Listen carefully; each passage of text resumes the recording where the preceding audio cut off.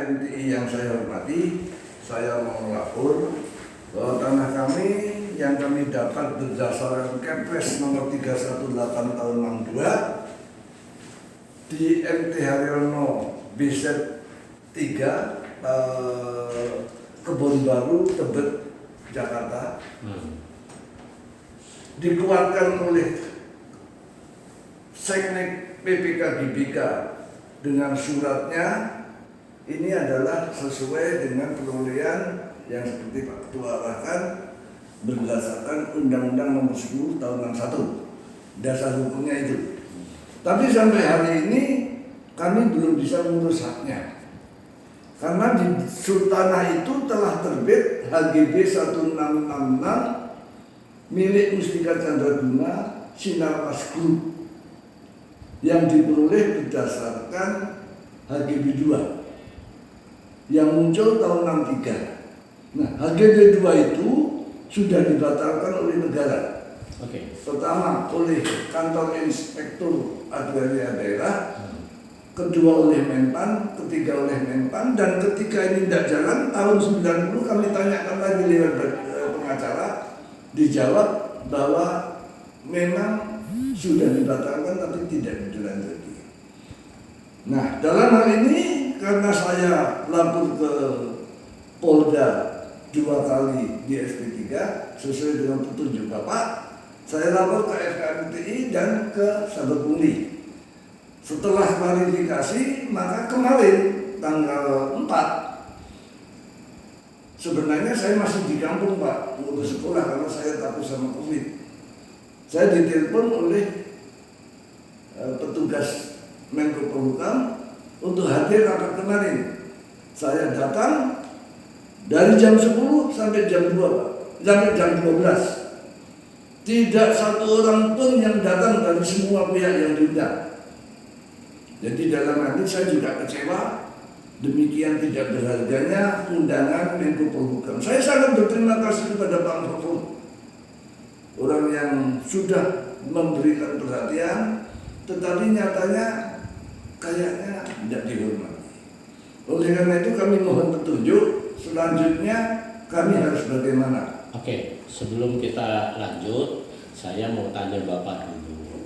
Ini sebenarnya kasus Bapak ini dari pemaparan Bapak ini sangat sederhana. Coba saya tanya dulu Bapak, kira-kira ini tanah yang menguasai siapa? Mustika Candraguna Sinarmas Group. Nah, jadi historicalnya yang bisa saya tangkap dari cerita Pak Bapak adalah Bapak adalah saudara pemilik tanah atas nama John Peter Anis yang berada lokasi tanahnya adalah di Gelora Bung Karno Hatta. Enggak, di MT Haryono. Enggak, di Gelora Bung Karno Hatta. Oh ya. Tanahnya berada di Gelora Bung Karno Hatta. Karena tanah di Gelora Bung Karno itu akan dibikin stadion, keluarlah Kepres. Ya. Nah, saya mau tanya, Kepresnya tahun berapa Pak? 318 tahun 62. Nah, keluar Kepres 318 tahun 62. Dikeluarkan Kepres itu tujuannya untuk dibuat Gelora Bung Karno Hatta, ya. Dan penghuni yang di situ dipindahkan ke Tebet, ya. Yang di sana disebut juga Kampung Senayan dulu kalau nggak salah. Ya. Ya, oke. Nah, itu kejadiannya tahun 62. Ya. Nah, pertanyaannya, berapa luas tanah Bapak yang seharusnya milik Bapak di sana? Nah, di sini diterangkan dalam surat seknek itu sesuai dengan kwitansi nomor 3/40 KUT 62 adalah 3.750. Oke. Jadi 3.750 itu adalah yang ada di Tebet itu pengganti tanah Bapak yang ada di Senayan Gelora. Benar, sesuai dengan Kepres. Ya. Pertanyaannya, tanah itu di mana sekarang? Di kosong, masih di tempat itu tanahnya. Nah, siapa yang menguasai? Mustika Candraguna. Dasar dia menguasai apa? HGB 1666. Berapa HGB 166 itu luasnya? Tertulisnya 7.955 meter persegi. Apakah sertifikat HGB Candraguna itu ya termasuk tanah Bapak? saya curiganya tanah Bapak itu tidak bagian dari HGB itu, dia kuasain. Nah, menurut laporan pengukuran oleh BPN yang dilakukan atas perintah Polda, ada gambarnya tanah kami di bagian itu.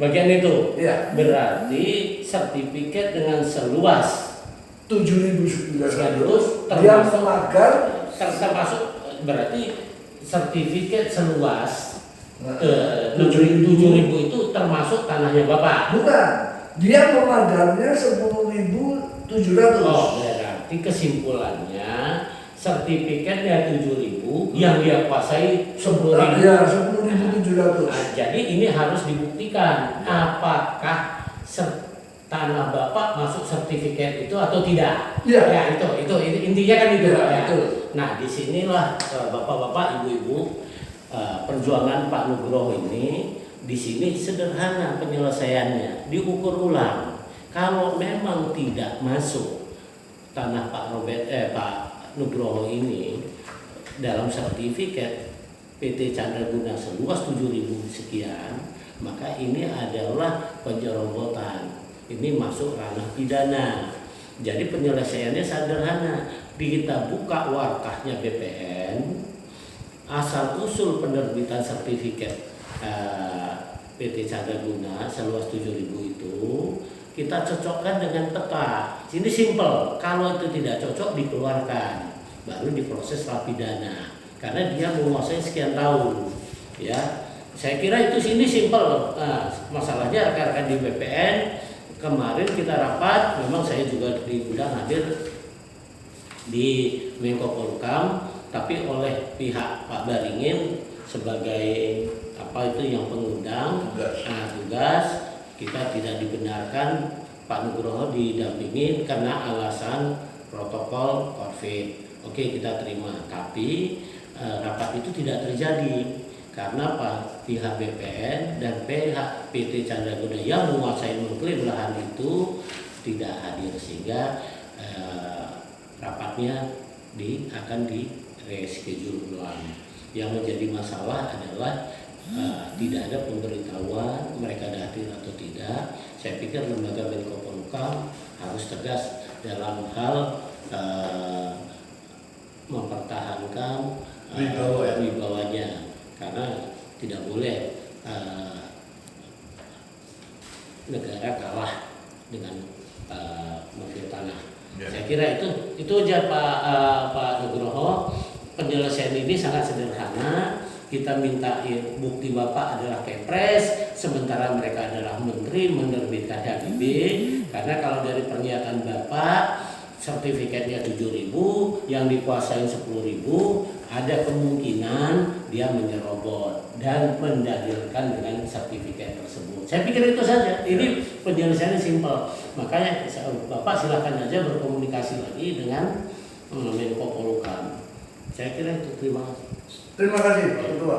Saya harapkan apa yang kita dapatkan petunjuk ini saya akan mengkoordinasikan, karena saya tahu Pak Mahfud orang baik. Sangat memperhatikan surat ini. Setuju. Kalau Pak Mahfud, kalau masalah integritas kita yakin lah. Kan kasihan Pak. Ya. Dia manggil orang tidak datang itu kan kasihan. Ya. Mudah-mudahan Tuhan memberkati kita. Amin. Sehingga tanah saya bisa segera selesai. Oke. Doanya Pak Ketua. Ya, terima kasih. Terima kasih. Kita doa.